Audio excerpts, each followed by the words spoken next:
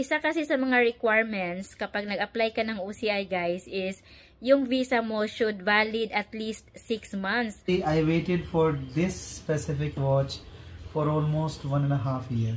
Oh. For today's video, isi-share ko lang sa inyo guys yung aking visa extension kasi next month, mga March 22, mag-expire na yung visa ko. So, nag-apply na ako ng visa extension sa website ng FRRO.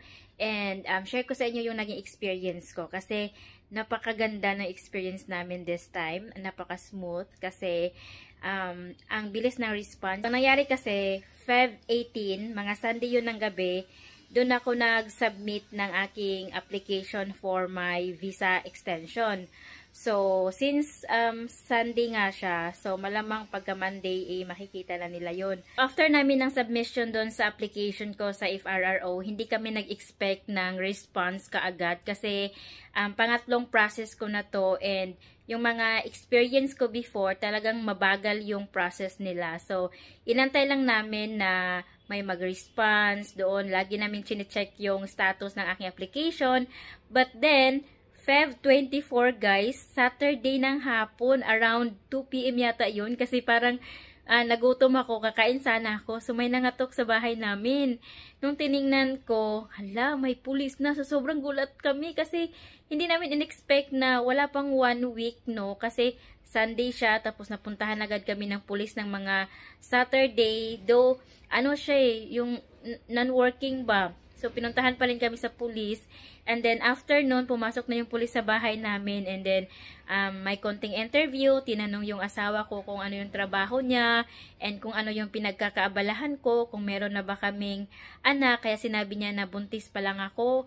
Tapos, nakita niya din yung sister-in-law ko. Kasi yung time na yon nandito yung sister-in-law ko, brother-in-law ko, tsaka yung mga anak niya.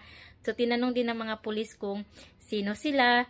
And then, ang bait ng pulis guys, yung pulis na punta dito sa amin, bali nakita ko na siya ng many times, siguro mga 3 times na din. Kaya, ang bait niya, hindi ko alam kung sa amin lang ba mabait, pero basta nababaitan ako sa kanya. And then, yun, naghingi din pala sila ng dalawang, parang magwi-witness sa inyo na dyan ka talaga nakatira, ganun.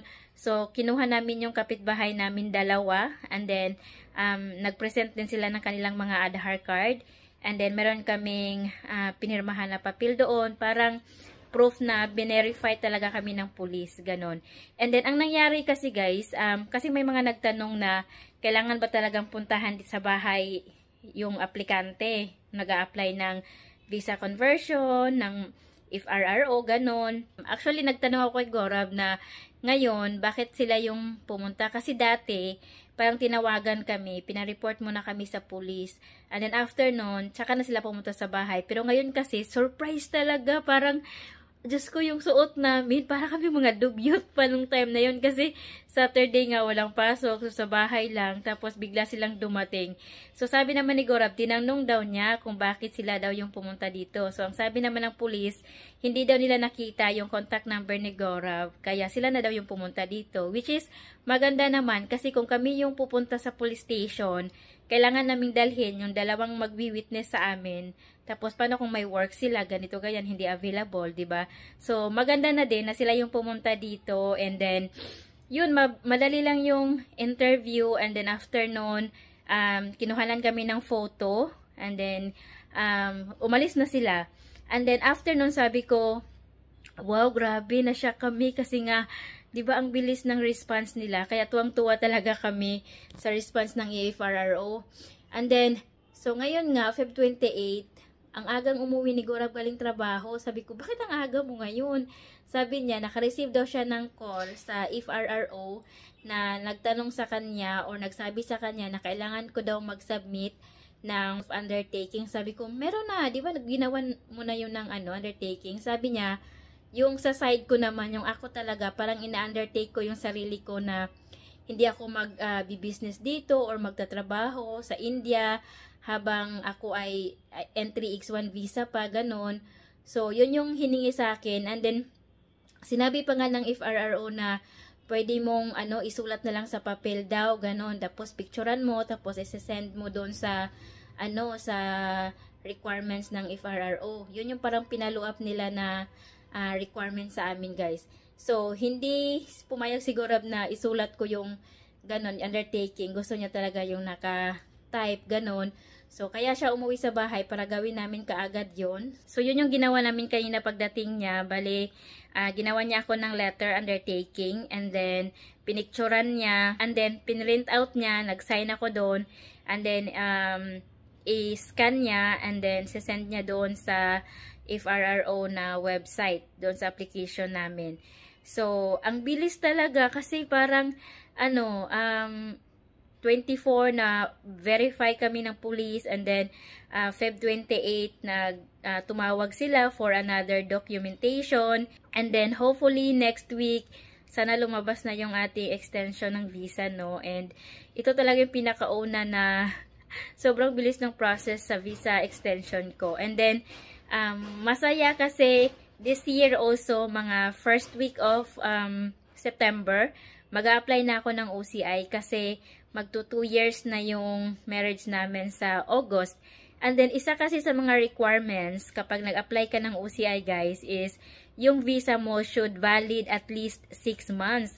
So, nakwenta ko na siya. Nakwenta ko na yung visa ko. Kapag na-extend yung visa ko up to next year ng mga March, or I don't know, maybe earlier than March, covered siya hanggang 6 months yung aking visa. Kaya, hindi na ako mag-a-apply ulit ng visa extension bago ako mag-apply ng OCI kasi covered pa yung 6 months ng validity ng visa ko. So, kaya kailangan ko mag-apply ng OCI ng mga September para covered pa yung 6 months na validity ng visa ko. So, yun yung update ko sa inyo, guys. And then, yun, happy kasi, yun, ang bilis ng response nila. Ayan, so after nga ng update natin sa aking visa application sa FRRO, nagpunta din kami dito sa isang shop kasi bibili kami ng AC kasi preparation for the summer. Kasi kung gaano ka lamig during winter dito sa lugar namin, ganun din siya kainit pagdating ng summer. So, kailangan namin ng AC para sa baba kasi dito sa bahay namin, guys, isa lang yung AC namin, sa room lang namin. So, kapag summer, siksikan kami doon, so wala na kaming privacy. Kaya, bibili kami ng isa para ikabit namin sa baba para ma-enjoy naman nila yung lamig during the summer. So, itong Lloyd na to, it's an Indian brand. Ayan. So, after namin doon sa AC, pumunta siya doon sa kanyang friend. Kasi dumating na yung order niya. Oy. Nag-order siya ng, what do you call that one? Smart band? Yeah. Yeah, smart band. And we will do the unboxing of his new smart band. Ayan. So, ang pangalan ng shop is Sogat. Dito kami bumibili ng phones, even the oven that we have, and the mobiles. I usually purchase juicer. Not the juicer. Not the juicer. No. But usually phones, no? Yeah, usually. And usually phones. And then he will do the unboxing. Okay. And then you know the brand is Samsung. Samsung. He is fan of Samsung. Actually, I waited for this specific watch for almost 1.5 years. Oh. Yeah, because I wanted to have only Samsung so that it will be compatible with the phone. So that's why. Machi. It's not about matchy, it's about compatibility also. So that's why. And they recently launched it, and I asked him that if we have it. He said no, I will just tell you when it will be here. And then he called me today. Yeah. The band is here. So like that. Actually, the good thing is also I get it on the installment. So I don't have to pay the money right now, and it will be an installment. That's So it's really very good. good actually. It Yeah. will not be a burden for the money. So now, Yay. unboxing. And this one, what is the use of this one? What? This band. It's a health band, like a health tracker and everything. It will be connected to your phone. Yes. Everything. Messages, you can hear it I from. can read the messages, yes. First na, I'm so excited also. Show your old band. How old is your old band? Yeah, actually we have This the one, same. it's almost 4 years. No, we have same, no? Yeah, because I think I gave it to you in 2020 or Yeah, 21. it's a birthday gift. Yes. Yeah. And now let's do it. Oh my god! Look, very nice. Yeah. Hello, it's very nice. Super awesome. And it is made with metal, aluminium. Uh, It's not plastic. hello, Kawi. Here. Wow, guys. So is not it on? Yeah, it will turn on when we have to charge it. This is the cable, and it is gonna connect it magnetically like that. You can charge like this? Yeah, like Anywhere? yeah, this one will go to the charger, Yeah. and then like that, it is magnetic. Wow, guys. Sana all. Okay. Happy? Yeah. Yeah. So what else? Thank you for the gift, babe. Really? Warranty card. It has warranty. Sorry. It has. It's very nice, guys. Oh. So please put it in the plug, babe. Wala siya, guys. Welcome. Galaxy Fit 3. Oy. So charge muna namin.